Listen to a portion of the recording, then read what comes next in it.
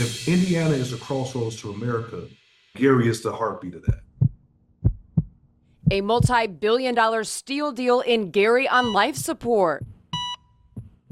We look at what's next for Japanese-based Nippon's proposed takeover of U.S. Steel. Plus, a changing of the guard in state government leadership. A panel of insiders breaks down what to expect with Indiana's new governor and a look at what's on the horizon for the new General Assembly. And a little birdie told me that you collected signed baseballs and that you might like to have one signed by me. Taking you somewhere few Hoosiers have ever seen. Outgoing Governor Eric Holcomb shows us his presidential signature and baseball card collection. It's all next on Inside Indiana Business. From Indiana's business news leader, this is IBJ Media's Inside Indiana Business with Gerry Dick. Presented by Elevate Ventures and Indiana University. Hello and welcome to Inside Indiana Business. I'm Gerry Dick. We begin this week in Northwest Indiana, where anxiety is really running high on the outcome of Nippon Steel's proposed $15 billion acquisition of U.S. Steel. Certainly U.S. Steel very much a part of the landscape in Gary and Northwest Indiana. This week, the Biden administration issued an order blocking the deal, citing national security concerns. 2 days later, both U.S. Steel and Nippon Steel in federal court with a clear message: we're not giving up. Our products and the people who made them have been embedded in American life. Whether thriving together in times of prosperity or working together in times of challenge, we built the steel that built this nation. There is perhaps no place in America where the bond between a city and an industry is stronger than in Gary, Indiana. U.S. Steel founded Gary in 1906, and 119 years later, Gary remains home to the largest integrated steel mill in the Northern Hemisphere. Smaller than it once was, but still the region's largest employer with nearly 5,000 workers. The economic and emotional ties are very real. Everybody at one point either knew a family member or a friend who was working in one of the mills.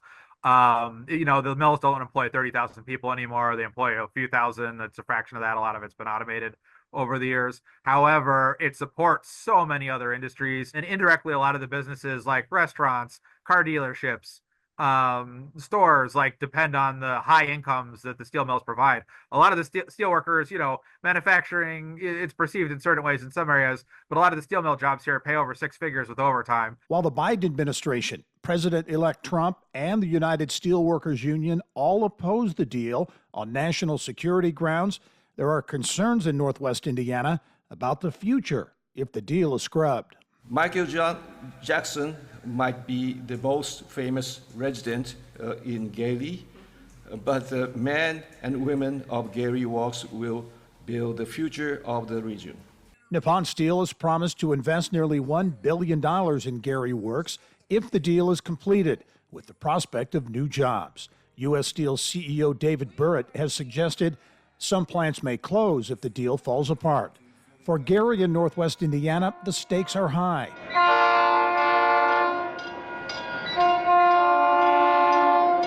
Massive improvements to the South Shoreline, quality of life improvements, and corporate investment are fueling optimism here. And Gary Mayor Eddie Melton says U.S. Steel is an important piece of the plan. We're really poised and positioned to move forward.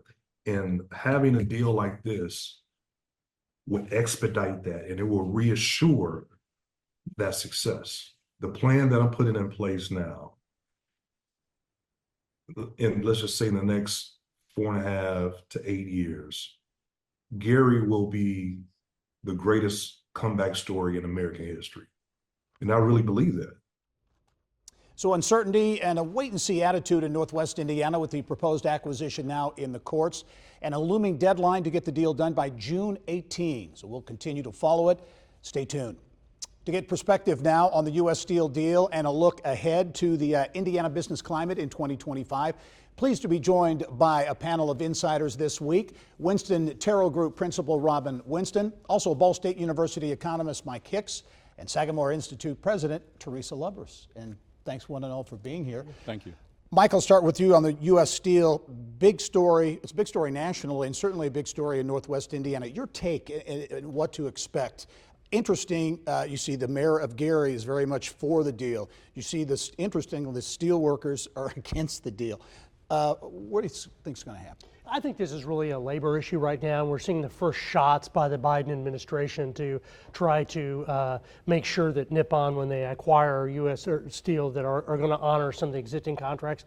Bottom line is we spend a lot of time and a lot of effort to try to attract foreign investment. This is a huge win for Indiana to have Nippon Steel coming in, buying U.S. Steel, and leaving it there, building out the plant, adding capacity. And the idea that we would get in the way with that with the Biden administration, I think, is it's likely not to last. I think we'll see this deal come by this June. Yeah, Robin and Teresa, both. Teresa? I agree with Mike. I think if not this, what? And for the future of Gary in Northwest Indiana, this is a very important deal. And the whole idea that this is a national security issue when we're talking about Japan is sort of befuddling to me because they have been a good partner with us. And so I think it's a deal that even though the union may have come out, there are a lot of steel workers who would not be in that position. Yeah, Robin, this comes at a time, as I think I mentioned there's a lot of momentum in the region. Investment, the economy is diversifying a little bit in some tech-related companies. So it's kind of a critical time in Northwest Indiana. You've seen Northwest Indiana go through a lot of phases. Right now, quality of life is coming along. You got new tracks coming in for the South Shore. You've got transit-oriented development coming along there. I think that's going to make a difference. But on the other side, if the new president indeed does his tariffs, it's actually beneficial for U.S. Steel to be here because we have gotten the steel industry decimated by cheap steel coming in from abroad. So, look, I'll tell you, Mike Millsap, the head of District 7 of the Steelworkers, is 100% in agreement with what the president made in this decision. That certainly is a big deal. Old line manufacturing with steel, but Indiana has been attracting a lot of big deals, data centers, semiconductor plants, EV component operations. I want to talk about that, and Teresa, maybe to you first. In terms of the workforce and filling these jobs, these are different kinds of jobs, manufacturing jobs than Indiana is used to. Is Indiana, as you look at 2025 and beyond, positioned to fill those jobs? Well, we need speed. We need to be able to respond to opportunity quickly. And if you look at the big deals that are out there, they do hinge on having not just the infrastructure, but the people to do the jobs. And we have a long way to go in that regard. And so when you look at, I think it's a balance between, management of resources, power and water in those areas, but also, the real risk is turning our back on an opportunity to create thousands of high-paying jobs. And that's where the future is. Yeah. You look at some of those big deals I mentioned, the big electric vehicle investments and those types of things. Lilly and Meta at the Innovation District in Lebanon in Boone County, LEAP. Bit of controversy about that, the state buying up property and then offering it for economic development. Mike, do you see that changing going forward in terms of from a state strategy standpoint? Yeah. The strategy behind LEAP, I think, marks a pretty big departure for the administration. We're going away from, sort of passively bringing companies to Indiana, selling them on what we have, and now we're going to be a land developer. And I don't think that's likely to work out really well. At the same time, I think the hope and the opportunity is that Lebanon's a great human capital location, poised within an hour of 3 research universities, in an area where housing costs are low, where people would like to live, good quality of life. I think that's really the attractor. And so it's really important for us to continue to work on making sure that we're producing enough people who want to stay in Indiana, who have the skills to work in a Meta, less a call center type or a physical facility that is just generating power, and more to the really high quality jobs that you get in semiconductors and all the R&D that is associated with that, and medical fields. And that's the long-term challenge. It's not the physical plant, it's the people. Teresa, you mentioned power, infrastructure, and I spoke with the incoming Secretary of Energy for the state of Indiana recently about that. Does Indiana have the needed power, what the strategy should be? And here's what she had to say. We have the need. Nuclear is safe, nuclear is clean, it is 24/7, and it's a long-term resource that we can deploy here in the state of Indiana, among other things. So in all of the above strategy is basically what she's saying there. A lot of attention being given to water and the concerns about water usage. Where do you think Indiana, as you look at 2025 and beyond, should it be a concern? Gary, I think it should be a concern because a lot of this is going to be dictated by national politics. You have a president that said he cannot stand windmills. Well, come and drive along 65 and look at all the windmills along Fowler. We are talking about decommissioning coal plants, but there are other people that say don't decommission coal plants. And now we're talking about water.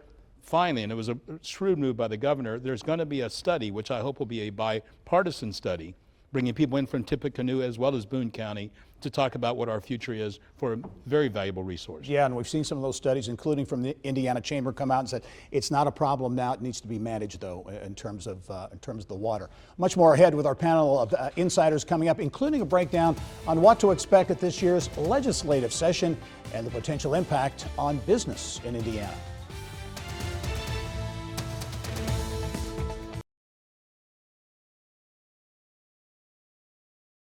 Well, fiscal challenges ahead for Indiana lawmakers as they begin to figure out how to carve a new two-year state budget. Priorities for the General Assembly include education, health insurance, property taxes, infrastructure. Joining us now as we wrap up our insiders conversation this week for perspective on what to expect. Pleased to be joined by Winston Terrell Group Principal Robin Winston, Ball State University economist Mike Hicks, and Sagamore Institute President Teresa Lubbers. Teresa, I'll start with you. Legislative session now underway. Long session, budget writing session. What are the big issues that you see? Well, it is a budget session. There'll be more money the first year than there will be the second year in that budget. And it would seem to me, based on the bills that have been filed, Senate Bill 1 was filed. It's about property taxes. So we know that's going to be a big issue. You know, the division of property taxes between property, income, and sales is always a big discussion. And I think the issue will end up not where the bill is filed, but there will be something that happens with property taxes. What is hanging over the budget is the cost of Medicaid. Medicaid is now almost 20% of that budget, with education being K-12 about 50%. And so you have limited places to deal with these issues. And so you've seen a bill filed on Medicaid, which actually limits the number of people who can be on Medicaid. It's going to limit the amount of time you can be on Medicaid. And it's going to require work requirements. So it's going to be a big issue this session. Yep. Gary, I'm keeping my eyes on what's going on with immigration. With a potential national edict coming from President about deporting people, are we going to deploy National Guard troops? How's that affect communities like Logansport or Randolph County that have large number of people working in plants right now? I just want to see how that's going to impact, and also the tone that it will set for Indiana, whether we're a welcoming state or whether we're not. Yep. Mike? Yeah, I mean, obviously we have to think about property taxes. We're about 7th lowest property tax payers in the country. We're right at the national average on our sales tax, and we're 34th highest in income tax. So nationally, we're going to cut property taxes. It doesn't make a lot of sense, I think, right now. A lot of the details of the plan should be welcome for taxpayers. But the big thing that I'm interested in that I think is going to be useful is to thinking about this Governor Braun's plan for reorganizing government. I think it formalizes what we're doing. I'm pretty pleased with the layout that he's proposed. Yeah. Education and workforce are big issues too, Teresa. You certainly dealt with that as commissioner for the Commission for Higher Education and now the Sagamore Institute as well. Do you see any things legislatively or things that will be up for debate that can affect the education landscape, because that's such a big business issue? Well, you now have a Secretary of Education, so you're going to be blurring the lines, everything between early childhood education and lifelong learning, and I think that can be very positive. It's going to be about the amount of money that goes to each of those areas, whether it's K-12 or higher ed or the workforce issues as well. You know, we just completed a Sagamore Workforce 2040, looking at the needs of the workforce going forward, and I understand why, you know, in the public and private sector, we have to look at what is immediately in front of us, but we need to be thinking about the future and how technology is impacting learning, impacting jobs, and prepare for that. Yep. So we wrap up, thoughts on the new administration, the Braun administration taking charge. Mike, as you look at 8 years of Eric Holcomb, big focus on economic development, foreign direct investment as well. What do you see taking shape here in 25 and beyond with the new administration? Well, I mean, they certainly seem to be poised to look at government efficiency. There's a big focus on economic development. I like the idea that they're thinking about a rural plan. I'd like to see the details more. So the big issue at the end of the day is going to be, as Teresa mentioned, how well do we educate our folks for the next generation or so? And without really deep focus on that, I think it's hard to have a successful governorship for 2 years, 4 years. Gary, you can't let social issues derail everything. I hope that we will not get into divisive social issues in the General Assembly. We've got to get people back to work. We've got to talk about kitchen table issues. Some of the divisive issues on both sides have divided us far too long. We've got to focus on making sure people have good paying jobs. And with that, we're out of time, unfortunately. Robin Winston, Teresa Lubbers, Mike Hicks, thanks for some great perspective. And coming up next, we will be back with more Inside Indiana Business.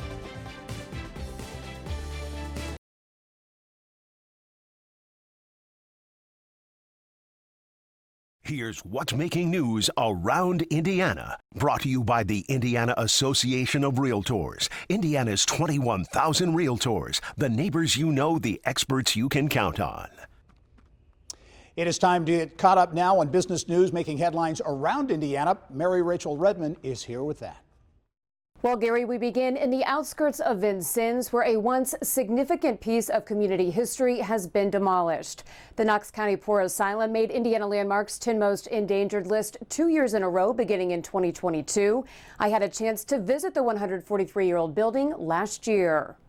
The Knox County Board of Commissioners approved demolition of the historic structure after several decades with no maintenance or repairs. Indiana Landmark says it knew saving the building would be an uphill battle, but added they look at situations like the Knox County Poorhouse as a lesson on how addressing these projects in the future. It's really important for units of government that are responsible for stewarding historic landmarks like this, historic properties, to establish maintenance plans. The old adage, an ounce of prevention is worth a pound of cure.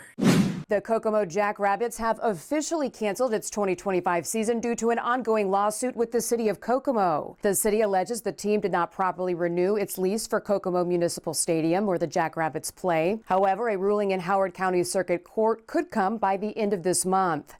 And a major renovation underway on the historic Goodfellows Lodge at Indiana Dunes National Park. Our partners at the Times of Northwest Indiana report the $12 million project will turn the facility into a meeting and conference space. The lodge was originally built by the U.S. Steel Company for its employees' children in 1941.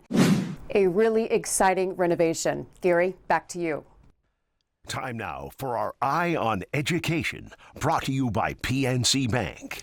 Education once again on the front burner for the United Way of Central Indiana heading into 2025. The main focus for the 2025 legislative session, early childhood learning and childcare. Basically that 0 to 8 continuum, right? So pre-K, childcare, before and after school care for kids, and early literacy initiatives. It's people that make an economy. We don't create all of these opportunities just to have them created, right? We ultimately want people to be on the receiving end of opportunity and prosperity. Snyderman says housing, food security, and broadband access are also high on United Way's priority list. When we come back, we take a look, take you behind the scenes inside the governor's residence. It's where we live. And so it's not kind of part of the business model. I've got at least a signature for every president. Presidential signatures and baseball cards. Governor Eric Holcomb shares his passion for collecting. That's next.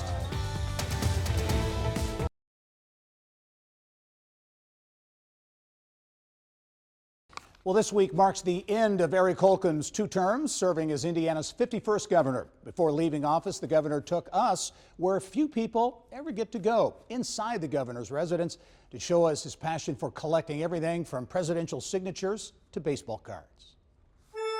It's a way of kind of keeping your childhood alive, maybe. For me, with the baseball card, we were fanatical about collecting, but you also memorized the back of the card, and like late 60s, 70s, binders that would have been individually collected. And then I get into the box sets that are unopened. Okay, That's a lot. Any idea how many cards you've got?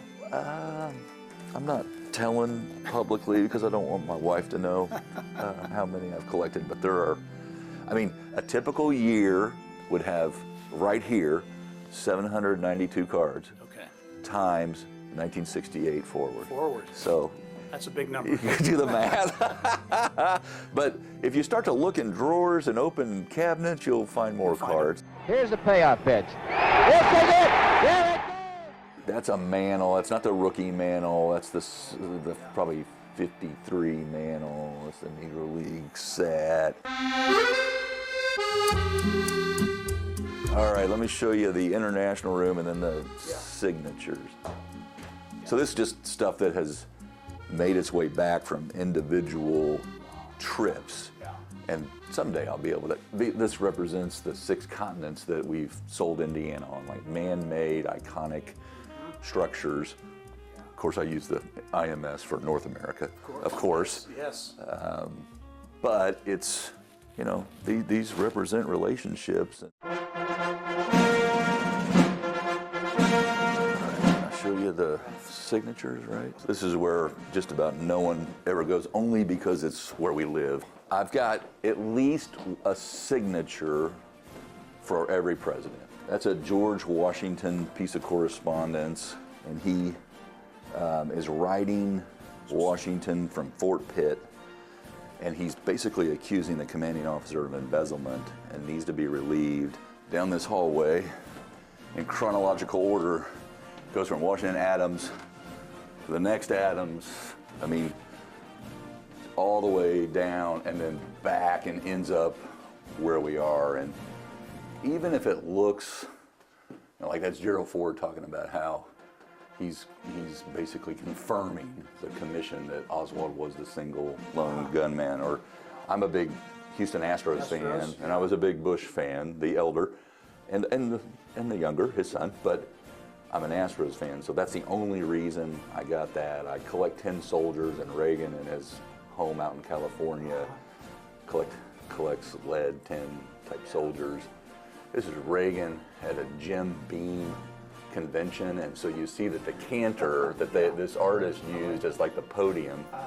So they're just little, this is George, this is this Bush, the elder, and he's talking about a little birdie told me that you collected signed baseballs and that you might like to have one signed by me. Oh, wow. And he also says, congratulations on your election as governor of the state of Indiana. Like, so that's really, you know, special and personalized. LBJ and different parts of his life. Kennedy, this is an interesting one just because this is 60 and you know, Kennedy is talking about becoming president. He's a senator. People are questioning, can a Catholic be president of the U.S.? This is actually a funny one, and I'm glad the photographer got this photo. I didn't see it coming. President then Trump says, how much did I win Indiana by? And I said 19. He goes, no, I think it was more than that. And I go, well, sir, I was on the ballot too, and pay attention to these things, and it was 19, and he says, no, I think it was more than that. I said, well, I mean, I can get it to your people, the numbers and the outcome, but by the way, 19's a lot, and you know, Barack Obama won the state of Indiana, just to put this in context, and 19's big, and so he pauses, and the reason he's laughing, and I'm kind of like, is he says, I tell him that's big, it's a big number, and he goes, would I have won it more if Bobby Knight was my vice president? A fun behind-the-scenes look there, and a great job by photojournalist Bill Ditton putting that piece together. If you want to see more of that conversation with Eric Holcomb, check out our latest podcast, or in this case, a vodcast on InsideIndianaBusiness.com. I'm Gerry Dick. That's all the time we have for this week. Go out and make it a successful and snowy week.